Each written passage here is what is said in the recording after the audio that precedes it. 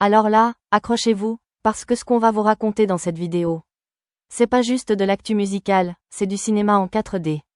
On a un comeback de fou, un braquage légal, et un hommage venu de nulle part. Mais parfaitement exécuté. Bref, le rap et le R&B sont en train de nous écrire une série Netflix en direct, et vous êtes aux premières loges. La Fouine. Oui, La Fouine. Il revient, et pas pour faire de la figuration. Le mec a littéralement signé le meilleur démarrage de toute sa carrière en streaming, au calme, pendant que tout le monde pensait qu'il était à Dubaï en train de faire des vlogs.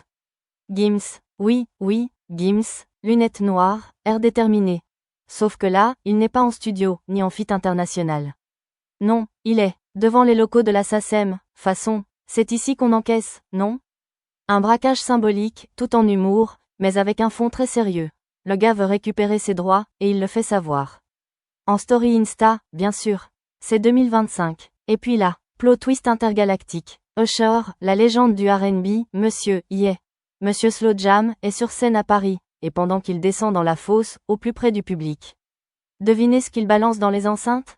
Jaja. Oui, Aya Nakamura s'incruste dans le show sans être là. Et c'est magique. La salle explose, Internet fond, et tout le monde commence à supplier. Mais où est le feat?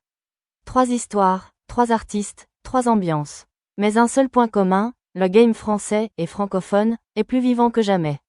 Entre les retours inattendus, les prises de parole assumées, et les ponts artistiques internationaux qui explosent toutes les frontières, on est en plein bouleversement.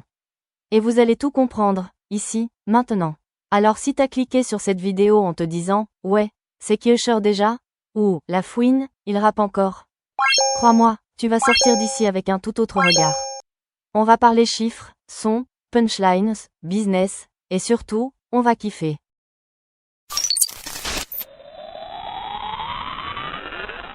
Oui, vous ne rêvez pas. On parle bien de La Fouine. Le rappeur de trap vient de signer le meilleur démarrage de sa carrière dans l'ère du streaming.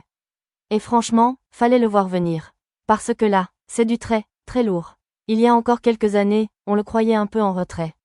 Certains disaient que c'était fini, que La Fouine avait fait son temps. Et bim, en 2024, il revient, et pas avec un petit freestyle dans sa voiture 1, non. Avec un accord Arena COMPLET, ambiance en fusion, fan en transe, et une perf, qui a rappelé à tout le monde pourquoi ce gars est une légende du rap français. Mais vous savez quoi? Ce concert-là, c'était juste l'échauffement. Un petit étirement avant le marathon. En fin 2024, il balance une mixtape surprise, bien sentie, bien ficelée, qui claque comme une gifle de daron à Noël quand t'as oublié de dire bonjour à la tante Claudine. Bref, la tape fait du bruit. Du bon bruit. Et pendant que certains se disaient, tiens, il revient doucement, lui, il était déjà en train de préparer le vrai coup. Le coup fatal. Le genre de move qui fait taire les haters, les sceptiques, les trolls de Twitter et même ton pote relou qui n'écoute que du rap US en mode « J'écoute que du Griselda, frère ». Vendredi 18 avril 2025. 9h du matin. La Fouine sort de nulle part avec un nouvel album surprise. État des lieux. Boum. Internet explose. Les fans sont en PLS. Les streamings chauffent comme un iPhone sous la couette. Et surtout, le projet est bon, très bon. Parmi les pépites de l'album, il y a un titre qui sort direct du lot. État des lieux, feat. Nino. Rien que le feat, c'est une dinguerie. 2 générations, 2 styles, 2 égos. Une seule mission, tout détruire. Et devinez quoi? Ils l'ont fait. Le morceau est construit en 2 parties, comme un bon film Tarantino. D'abord calme, puis ça explose. Et tout le monde est d'accord, c'est un banger.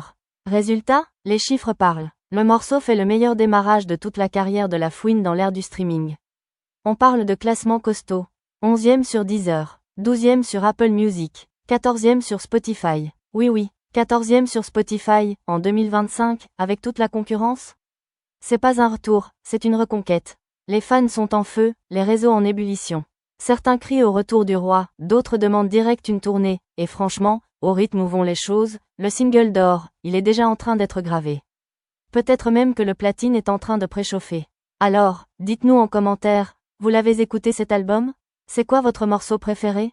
Et est-ce que pour vous, La Fouine est vraiment revenue au sommet? Abonnez-vous, lâchez un like, activez la cloche. Parce que si même La Fouine peut revenir fort en 2025, vous aussi, vous pouvez croire en vos rêves.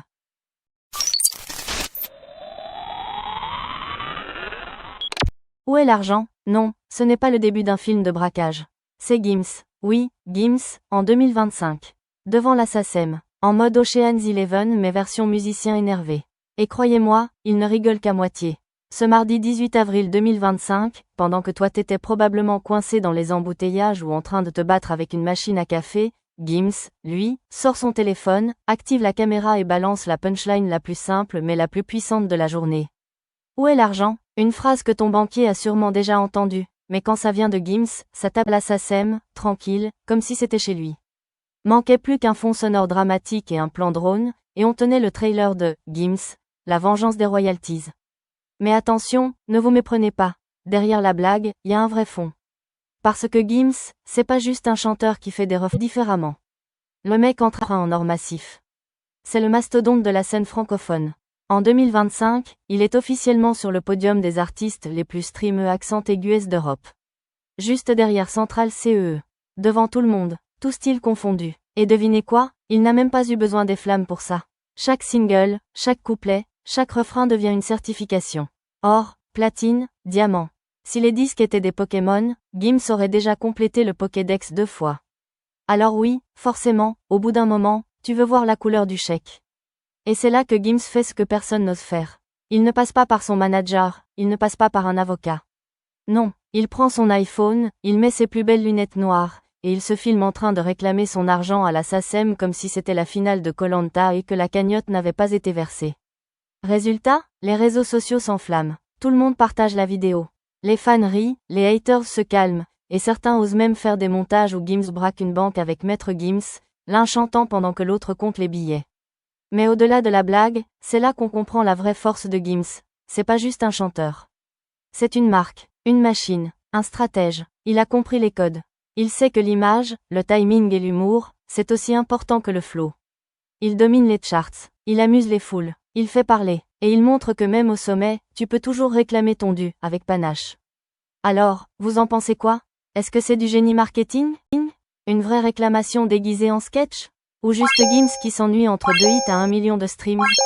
Dites-nous tout en commentaire. Et surtout, abonnez-vous, likez, activez la cloche. Parce que sinon, on envoie Gims chez vous pour vous demander « Où est le like ?»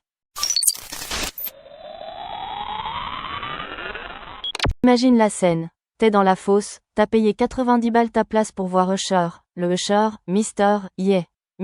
Hugo T. Bad, l'homme au slow jam légendaire. T'as des frissons, t'es à 2 doigts de chialer sur Confession, et là. Bam, dans les enceintes, c'est pas un remix américain, c'est pas du Drake. C'est « Oh Jaja, y a pas moyen Jaja ». Oui, t'as bien entendu.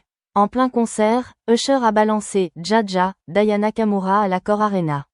Et là, mon gars, la salle est entrée en fusion. On te raconte tout dans cette vidéo. Donc, reprenons. On est le 17 avril 2025, Paris. L'Accor Arena est sold out. Usher est en tournée européenne avec son show Past, Present, Future qui célèbre 30 ans de carrière. 30 ans. Et autant te dire que les fans, jeunes comme nostalgiques, attendaient de vivre une soirée légendaire. Et clairement, ils ont été servis. Mais ce que personne n'avait prévu, c'est cette surprise à la sauce afro-pop venue tout droit de la banlieue parisienne, le tube Jaja. Usher, lunettes vissées, sourire calme, descend tranquillement dans la fosse. Il tend la main, il serre quelques fans, il savoure l'instant, et pendant ce moment tout doux, tout tendre. Boum, Jaja commence à jouer. La foule explose. Net explose. Et même Aya Nakamura a dû éternuer à distance tellement son nom s'est mis à circuler partout. J'ai tellement la vision. Usher X Aya, s'il vous plaît, donnez-nous ce feat. Aya Nakamura est internationale, point barre. Voilà le genre de commentaires qui ont inondé les réseaux. Certains ont même monté un faux cover de feat Usher, Aya, et franchement. On a presque cru que c'était officiel. Mais derrière ce clin d'œil surprise, y a une vraie lecture culturelle à faire.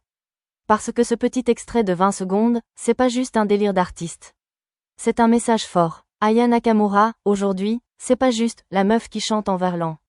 C'est une ambassadrice de la pop francophone, une artiste qui cartonne sans forcer les codes anglo-saxons, et qui réussit à exporter son style dans le monde entier, avec une identité 100%. On parle quand même de la meuf qui a fait l'ouverture des JO 2024 à Paris, qui remplit des zéniths en Europe sans promo, et qui peut sortir un hit en dormant. Quant à Usher, une légende vivante, qui décide de glisser ton morceau dans son propre concert, c'est pas juste une coïncidence. C'est une validation, un respect artistique, et c'est rare. Usher, c'est pas un petit joueur. On parle d'un mec qui a tout vu, tout vécu, vendu des millions d'albums, influencé la pop, le R&B et même le style vestimentaire des mecs en 2004. Donc s'il décide de mettre du Aya Nakamura dans son show, c'est pas pour le fun. C'est parce que ça tape, et que ça fait partie du son mondial de 2025. Et maintenant, la vraie question, est-ce que ce clin d'œil cache un duo en préparation? Parce que franchement, le mélange Usher x Aya, ce serait explosif.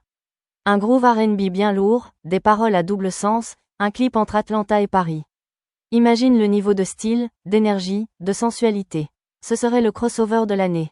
Et vu comment les fans ont réagi, l'industrie serait folle de ne pas y penser. Alors, toi, t'en penses quoi? Est-ce que Cher a juste voulu faire plaisir à son public français? Ou est-ce qu'il teste la température avant un gros coup? Est-ce que t'as crié « Oh Jaja » comme tout le monde dans la salle, ou t'es resté bloqué en mode « Mais qu'est-ce qu'il se passe là ?» Balance ton avis dans les commentaires, propose le titre du feat imaginaire, et surtout, dis-nous, est-ce que t'es prêt pour ce genre de collab? N'oublie pas de liker la vidéo, de t'abonner, et d'activer la cloche. Sinon, c'est Usher lui-même qui viendra te demander pourquoi tu veux pas streamer, Jaja en boucle. Et franchement, c'est pas une menace, c'est un cadeau.